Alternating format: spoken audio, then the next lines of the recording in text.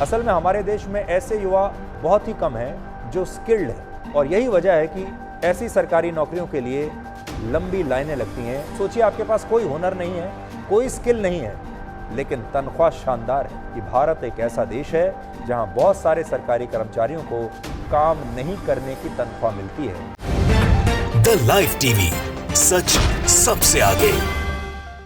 नमस्कार, the live TV आप देख रहे हैं। आपके साथ मैं हूं आदित्य कुमार। कुछ लोग पत्रकारिता जनता के लिए नहीं, किसी और के लिए करते हैं। जनता के बारे में टिप्पणियां करते रहते हैं। सुधीर चौधरी साहब को आप बखूबी जानते होंगे। उनकी पत्रकारिता देख के कहीं से भी ये नहीं लगता कि वो आम जनमानस के लिए पत्रकारिता कहते हैं। पत्रकारिता समाज का आईना होता है। ऐसा बताया जाता है कि जो चीज़ चल रही है, जो गलत हो रहा है, उसको दिखाना। लेकिन यहाँ पर तो अडानी और अंबानी के लिए पत्रकारिता की जाती है। यहाँ पर तो एक विशेष पार्टी के लिए पत्रकारिता की जाती है। आम जनता के लिए कोई पत्रकारिता यहाँ नहीं की जाती है। पहले अडानी को लेकर एक वीडियो सुधीर चौधरी का वायरल हुआ था। अब सुधीर चौधरी का एक और वीडियो वायरल हुआ जिसमें वो देश के युवाओं पर सवाल खड़ा कर रहे हैं, उनकी स्किल पर सवाल खड़ा कर रहे हैं।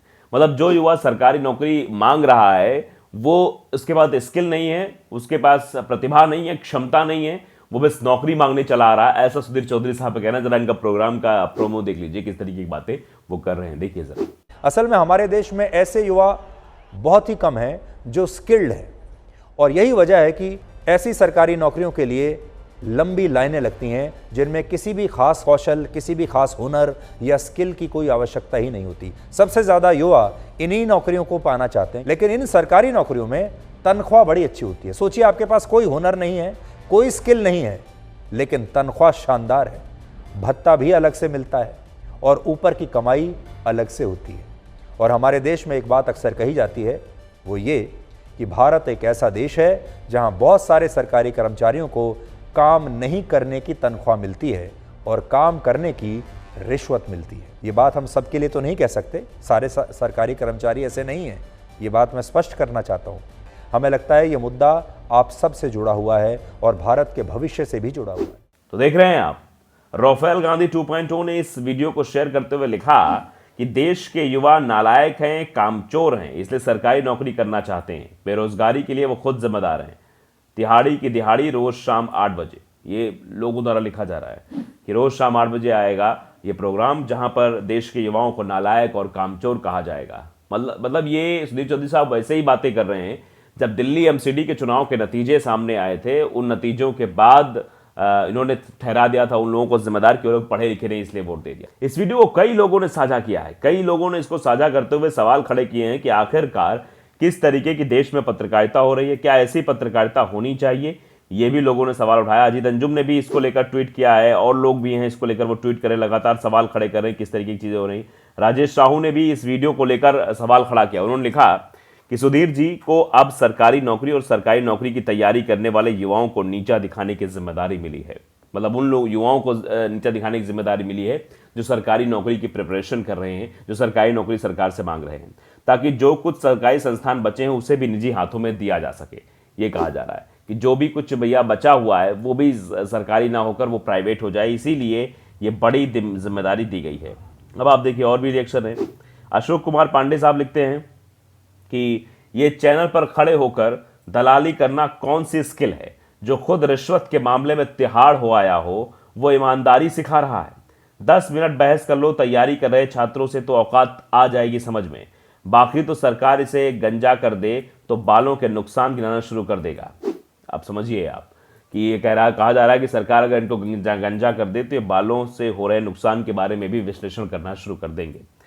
प्रशांत शुक्ला ने लिखा है कि मुझे सुधीर चौधरी जी की स्किल बहुत अच्छी लगती है। बंदे ने मुंह खोलकर करोड़ों मांगे भी, फिर छाती ठोक कर तिहाड़ भी हो आया। नरेंद्र मोदी जी समाज हित में कृपया इन्हें कौशल विकास योजना का कर्ता धर्ता बना दें कि इनसे बढ़िया कौशल विकास योजना कोई चला ही नहीं सकता। यही सर्वे सर्वा रहेंगे तो सब कुछ अच्छे से होगा। तो अब आप समझिए, इन पर लगातार ये सवाल उठाए जा रहे हैं। जिस तरीके से ये सवाल उठा रहे हैं, नृपेंद्र सिंह ने सवाल उठाया कि सरकारी नौकरी के लिए दौड़ते बेरोजगारों पर स्किल के नाम पर सवाल उठाने वाले और सरकारी स्किल योजना का सच ये है। स्किल के नाम पर देश की सबसे बड़ी योजना के पार्ट 3 में 28% प्लेसमेंट रेट है।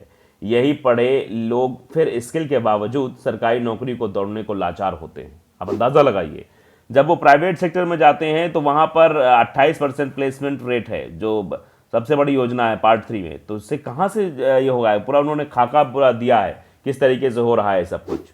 अजीत अंजुम ने भी लिखा कि सुन लो सरकारी नौकरी करने वालों, इन महाशय के मुताबिक आप लोग निकम्मे हैं, कामचोर हैं, घूसखोर हैं, नालायक हैं, नकारा हैं।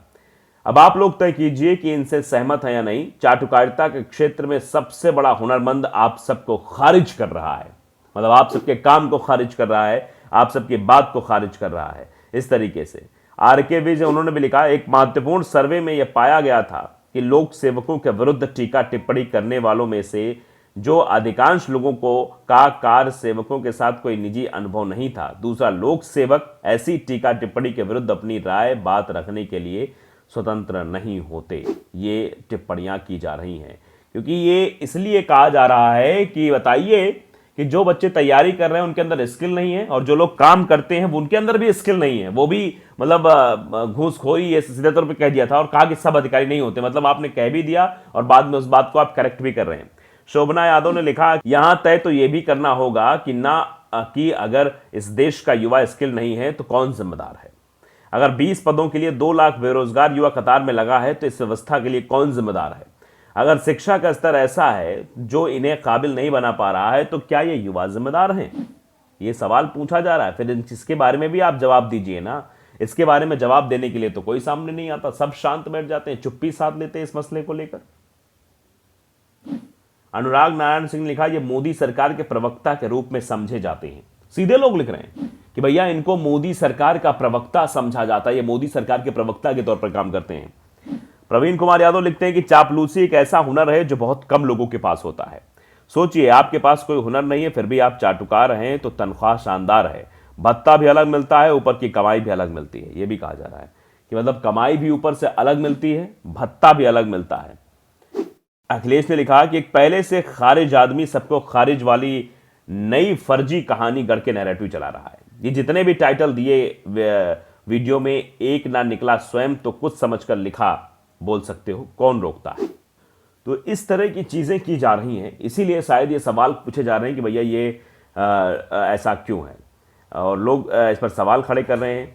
तबरेज़ खान ने लिखा कि सबसे पहले इस तिहाड़ी की सरकारी सुरक्षा को हटा लेना चाहिए। संघी को असल में देश के काफ़ी सारे मूर्ख इसको पत्रकार समझते हैं, जो ये है नहीं। अगर होता तो काम करके खाता, दलाली करके नहीं। इस तरह से वो लोग लिख रहे हैं। लॉजिकल नाम प्रोड्यूसर लिख रहे हैं कि इसमें कवि अपने बारे में बता रहा है कैसे बिना किसी पत्रकार के स्किल के ये सरकारी नौकर बना बैठा है और पैसे भी ज़्यादा कमा रहा है। मतलब ये कटाक्ष भी लोगों द्वारा किया जा रहा है कि देखिए ये कैसे सरकारी नौकरी से भी ज़्यादा पैसे कमा रहे हैं, यही स्किल्ड है। उवैद मौजूम लिखते हैं कि सही तो बोल रहा है तिहाड़ी, सरकारी नौकरी करने से बेहतर है इसकी तरह मतलब दलाली। बार बार ये शब्द इस्तेमाल हो रहा है। फिलहाल ये शब्द सभ्य समाज की भाषा नहीं है, लेकिन लोगों द्वारा लिखा जा रहा है तो हमें पढ़ रहे हैं। AB डेवेलगर नाम के इंट्रोड्यूसर लिखते हैं, पत्रकार भी तो सरकारी कर्मचारी है, ये उनकी ही बात कर रहा है। वैसे SSC MTS का ये पेपर 2 घंटे में सॉल्व नहीं कर पाएगा और ये बुद्धि स्किल की बात कर रहा है। एक और तथ्य ये भी है कि अंजना ओम कश्यप खुद भी UPSC एग्जाम की तैयारी करती रही हैं और 2 बार फाइनल इंटरव्यू भी दे चुकी हैं। ये भी चीज़ें लोगों द्वारा लिखी जा रही हैं। तो अंदाजा आप लगाइए, अगर आप किसी के स्किल के बारे में सवाल खड़े करते हैं, किसी पे सवाल खड़े करते हैं, तो लाजमी है कि आप सवाल देश पूछेगा कि आप पत्रकारिता किसके लिए कर रहे हैं, देश के लिए या फिर कुछ राजनीतिक पार्टियों के लिए। लाइव टीवी को अगर आपने सब्सक्राइब नहीं किया है, सब्सक्राइब जरूर करिए, बेल आइकन दबाइए ताकि सच खबरें आप तक पहुंचती रहे। नमस्कार। द लाइव टीवी, सच सबसे आगे।